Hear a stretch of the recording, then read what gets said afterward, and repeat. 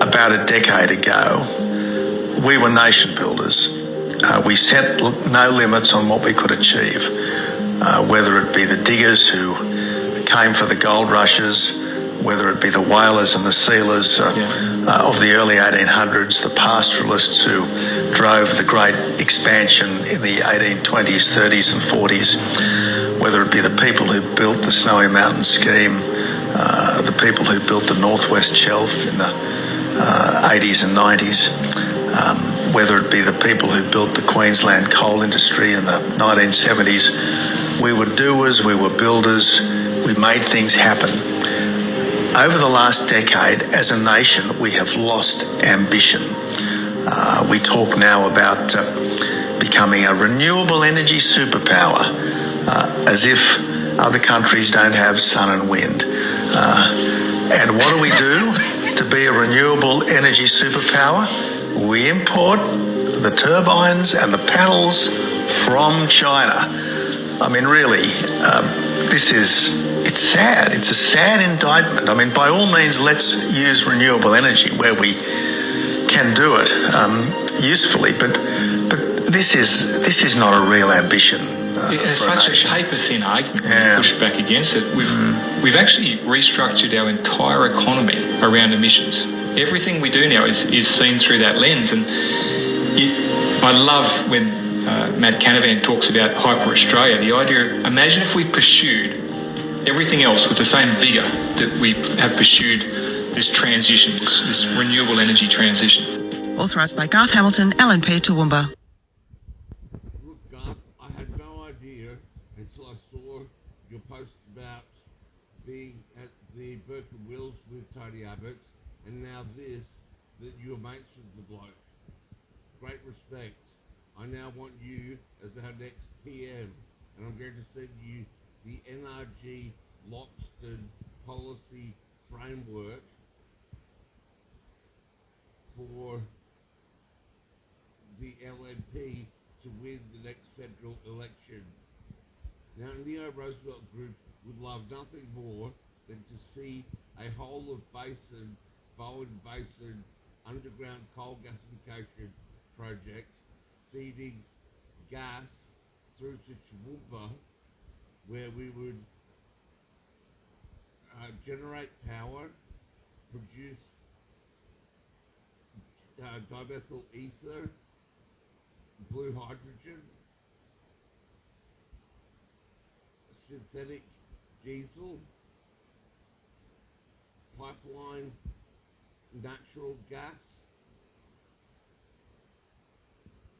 protein-rich biomatter animal feeds, and then downstream products such as pharmaceuticals and downstream,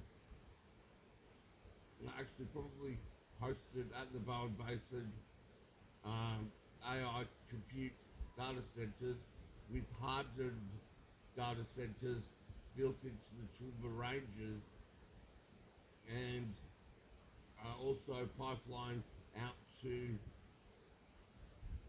the Bowen spaceport using the underground coal gasification syngas to produce oxidant and propellant, and then it would make sense to situate rocket manufacture in the Bowen Basin, just as it would make sense to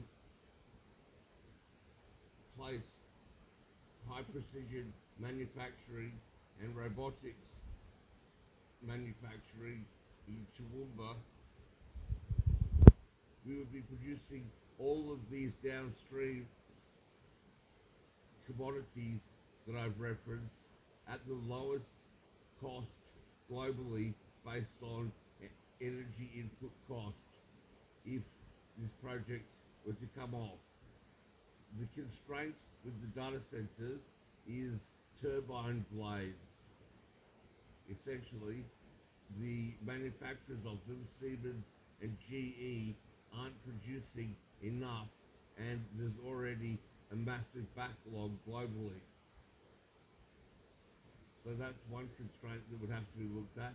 Now, with regards to solar, I believe the solar battery plant in Saudi Arabia, I think it's Saudi Arabia, is producing at $6 per watt installed for a 2 gigabyte, 2 gigawatt plant. But to do that, they had to put in 12 gigawatts worth of solar panels, and I forget the amount of hours of battery storage, but it's rated 2 gigawatts, 24 hours per day.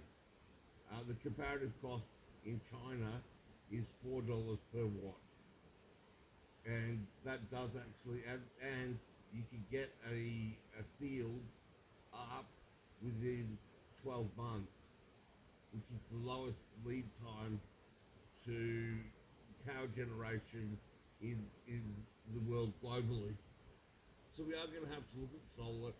The only thing I don't like about solar is taking productive farmland offline to replace it with solar panels. We really need to do this out in the deserts and string transmission lines back to Toowoomba, where we can host data centers hardened into the mountain range, the Great Dividing Range, ideally, such that they can survive nuke attacks.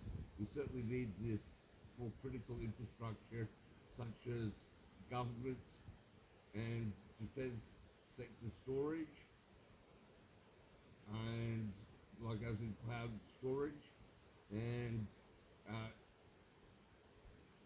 government sector processing and defense sector processing, like for email servers and sort of thing, and for AI compute, where it's relevant to, say, AUKUS and so on. It'd be great to have a chat.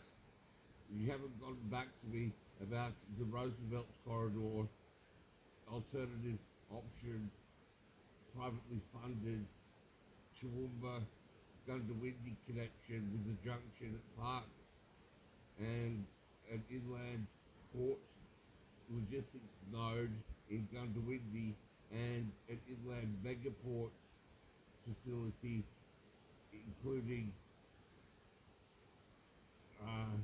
airports, Wellcamp Airport, multimodal in Wellcamp, Charleston, and Gowrie Junction, with 2 tunnels going through the ranges to Healington. The first one, a passenger connection running through to Ipswich, and secondly, the freight connection, dual line. But you need to run a dual line all the way to Port of Brisbane is the problem, and I don't know about the corridor access. I haven't researched that bit yet. I've got in production 2,000-page plus documents, one for the Roosevelt Corridor SPV, which incorporates a logistics corporation, a land corporation, in both Gundawindi and in Toowoomba, a cold chain facility with snap chill capability in Toowoomba, industrial, commercial and residential land, property development, SPVs,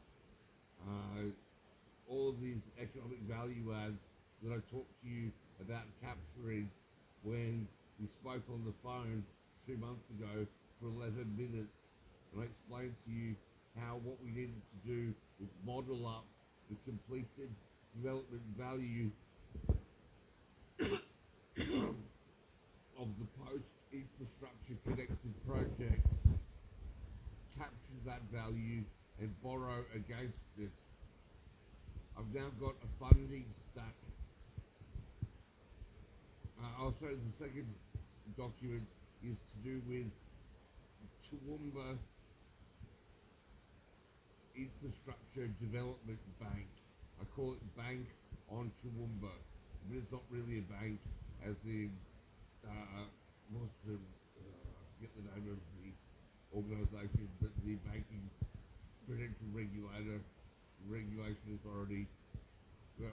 Getting a banking license will be a little bit difficult, but call it a quasi-bank / fintech. It doesn't take deposits, it sells subordinated debt, senior debt, convertible notes, and these sort of things instead. So it would lack fractional reserve banking capability. Anyway, I'm going to post this on Neo Roosevelt Group's website, not website, our YouTube page. I'll copy the link back into this, whatever app I'm in, Instagram comment, and then I'd like to come and see you, not this week, I'm too busy, but next week. I'm working on HF code / ITCC at the moment, which is high functionality code, or the industry name, infrastructure technology card code. It's a two-way HF QR code essentially, but it unlocks civilization scale potentials in AI, agent governance, all sorts of things. There's a telephone book worth of applications for this technology, and I'm trying to raise money for it, because raising money for it will allow me the capability of liquidating some capital, and if I liquidate the capital, then I can create the war chest that I need to bring together the entire Toowoomba community and gain their support in the Roosevelt corridor via a multimedia marketing blitz campaign. I figure about $1 billion will buy the narrative in Toowoomba and onboard the community as supporters, contractors, and investors. But it'll take real leadership to do something like that, and I'm not sure, without your help, that Neo Roosevelt Group alone is capable. Alright, that's 13 minutes.